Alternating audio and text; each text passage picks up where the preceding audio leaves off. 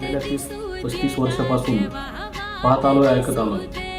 लोकनेते गोपीनाथ मुंडे साहेब हे आपल्या कर्जत जामखेडमधील उमेदवाराच्या प्रचाराला आले तर 100% त्यांचा विजय निश्चित मानला जायचा. परंतु असं काय झालं की 2024च्या विधानसभेच्या निवडणुकीत पंकजाताईंना आमंत्रित केलं नाही की पंकजाताई आले नाहीत, हा प्रश्न सर्वसामान्य सर्वच मुंडे साहेबांवर प्रेम करणाऱ्या मतदारांना पडलेला आहे.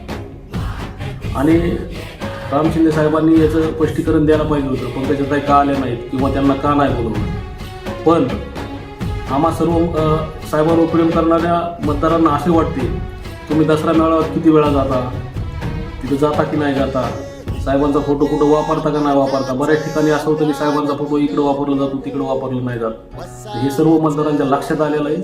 साहेब पंकजाताई आलेले नाहीत, त्याच्यामुळे तुमचा पराभव निश्चित आहे. आणि साहेबांवर प्रेम करणारी सर्व मतदार विचार करूनच आता मतदान करतील.